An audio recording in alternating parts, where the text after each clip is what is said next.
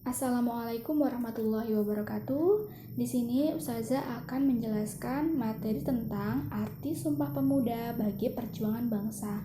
Nanti bisa kalian lihat di halaman 105 di buku PPKN kelas 8. Materi ini merupakan materi lanjutan dari bab 5 ya. Oke, langsung saja. Yang akan kita bahas pertama yaitu nasionalisme. Kenapa nasionalisme?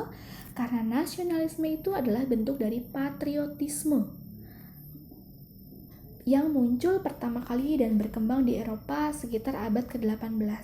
Nah, kelahiran paham ini diikuti terbentuknya negara-negara nasional atau negara-negara kebangsaan.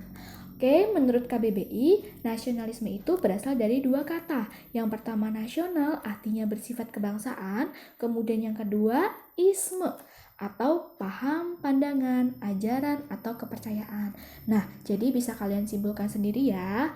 Kemudian, menurut Ensiklopedia Indonesia, nasionalisme itu merupakan sikap sosial dan politik dari berbagai kelompok suatu bangsa yang mempunyai kesamaan bahasa, kebudayaan, wilayah, serta memiliki kesamaan tujuan dan cita-cita. Jadi, nasionalisme itu bukan hanya sekedar mencintai negara atau bangsa, tetapi sebagai wujud persatuan dan kesatuan kita sebagai suatu warga negara. Oke, selanjutnya rasa nasionalisme ini yang muncul ketika para pemuda dari berbagai perhimpunan yang bersifat kedaerahan meleburkan diri menjadi satu kesatuan sebagai satu bangsa, yaitu dengan adanya Sumpah Pemuda. Di sini sudah ada teks Sumpah Pemuda, bisa kalian baca. Teks ini sudah disesuaikan dengan EYD. Nah, Sumpah Pemuda merupakan cerminan dari tekad dan ikrar para pemuda dan pelajar untuk bersatu tanpa memandang perbedaan daerah, agama, bahasa, suku, dan warna kulit. Jadi, rasa nasionalisme itu muncul karena adanya Sumpah Pemuda. Kemudian,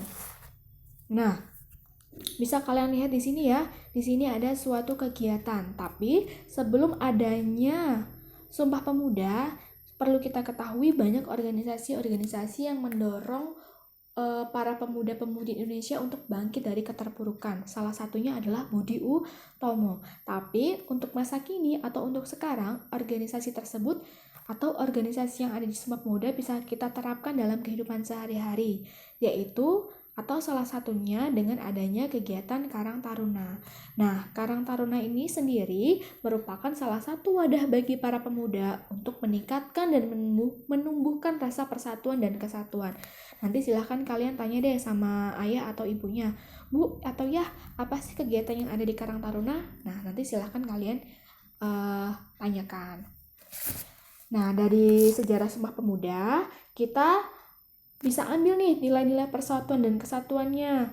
Bangsa Indonesia itu membuktikan bahwa ternyata berbagai perbedaan dapat disatukan. Walaupun Sumpah Pemuda ini terjadi pada zaman dulu, tetapi ada nilai-nilai luhur yang masih bisa kita terima. Nah, apa aja sih nilai luhurnya? Di sini ada 7 poin. Yang pertama ada cinta bangsa dan tanah air.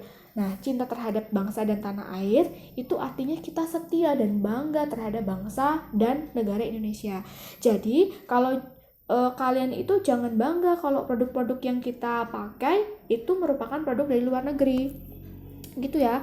Kemudian yang kedua adalah persatuan. Persatuan itu kalau tidak ada persatuan, kita tidak akan menang dan berhasil. Jadi kalau para pemuda itu, jika rasa persatuan itu tidak tercipta antara para pemuda dan pemudi, maka kita akan sulit mencapai kemerdekaan Indonesia. Kemudian adalah sikap rela berkorban. Artinya, kesediaan dengan ikhlas untuk memberikan segala sesuatu yang dimilikinya, sekalipun menimbulkan penderitaan bagi dirinya sendiri. Kemudian ada mengutamakan kepentingan bangsa. Nah, dilihat dari Sumpah Pemuda, dari perjuangan pemuda merebut kemerdekaan menunjukkan bahwa mereka itu tidak mementingkan ke daerah atau golongannya masing-masing, gitu ya.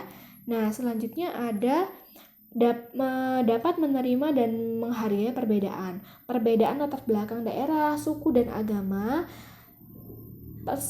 Para pemuda tidak menyurutkan tekad pemuda untuk bersatu. Jadi tetap Mereka tidak menghiraukan adanya daerah, golongan, suku, dan lain-lain. Kemudian yang selanjutnya ada semangat persaudaraan. Semangat persaudaraan dilandasi oleh semangat kekeluargaan yang jika didasarkan saling menyayangi dan bertanggung jawab dalam mempertahankan nilai-nilai kekeluargaan. Yang selanjutnya ada meningkatkan gotong royong atau kerja sama. Gotong royong berarti bekerja bersama-sama untuk mencapai suatu hal yang didambakan. Nah, itu untuk nilai-nilai yang terkandung dalam Sumpah Pemuda.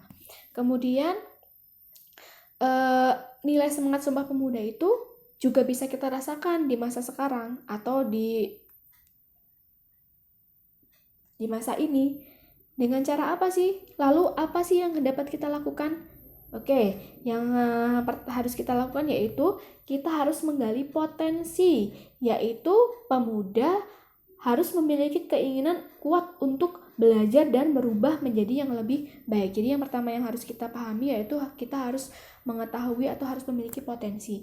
Yang kedua ada hak dan tanggung jawab.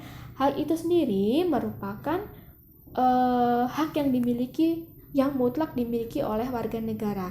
Hak itu diikuti dengan adanya kewajiban. Sedangkan tanggung jawab itu muncul dari kesadaran diri kita sendiri yang mendorong kita untuk melakukan atau tidak melakukan sesuatu perubahan. Yang ketiga ada karakter. Pemuda yang melakukan perubahan adalah pemuda yang memiliki karakter berani, menyukai tantangan, kreatif, pekerja keras, dan inovatif. Jadi kalau orang yang malas-malasan itu berarti karakternya itu sesuai nggak dengan pemuda-pemuda pada masa dulu, pada zaman dahulu gitu. Yang selanjutnya ada aktualisasi diri. Aktualisasi ini merupakan ketetapan seseorang di dalam menempatkan dirinya sesuai dengan kemampuan yang ada di dalam dirinya. Jadi harus bisa menyesuaikan apa sih kemampuan diri kita itu. Kemudian yang terakhir adalah cita-cita. Cita-cita itu merupakan keinginan. Jadi ingat, jangan takut bermimpi. Takutlah kalau kamu tidak punya mimpi. Jadi nggak masalah kita mau mempunyai cita-cita apapun, itu tidak ada salahnya. Nah, lalu slide selanjutnya, apa sih yang harus kita lakukan atau aktualisasi kita tuh sebagai wujud nasionalisme? Nah, yang paling sederhana, kalian harus tahu bendera kita, karena bendera itu merupakan simbol perjuangan yang dipilih pada saat itu, yaitu warna merah dan warna putih. Nanti bisa kalian baca ya di halaman 114. Di situ ada ukuran bendera. Jadi ukuran bendera itu tidak sembarangan. Kalau di ruangan ukurannya sekian, kalau di mobil ukurannya sekian. Jadi nanti bisa kalian lihat. Kemudian yang kedua ada bahasa Negara Kesatuan Republik Indonesia, yaitu bahasa Indonesia, karena bahasa Indonesia merupakan alat pemersatu bangsa. Yang selanjutnya ada lambang Negara Kesatuan Republik Indonesia. Nanti kalian bisa lihat atau bisa baca di halaman 116. Kalian harus memahami kenapa sih kepalanya memiring sebelah mana, kemudian berapa siripnya, kemudian apa lambang simbol ini. Nanti kalian bisa baca sendiri.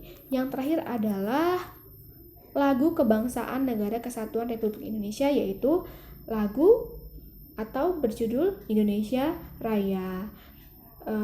Lagu kebangsaan wajib ini diperdengarkan dan dinyanyikan pada saat ada pengibaran bendera atau pada saat upacara. Mungkin itu saja yang bisa Ustazah sampaikan. Silahkan kalau nanti ada yang ingin bertanya atau ada yang kurang jelas, kalian bisa tulis komentar di kolom komentar yang ada di bawah ya. Sekian dari Ustazah Hairi. Assalamualaikum warahmatullahi wabarakatuh.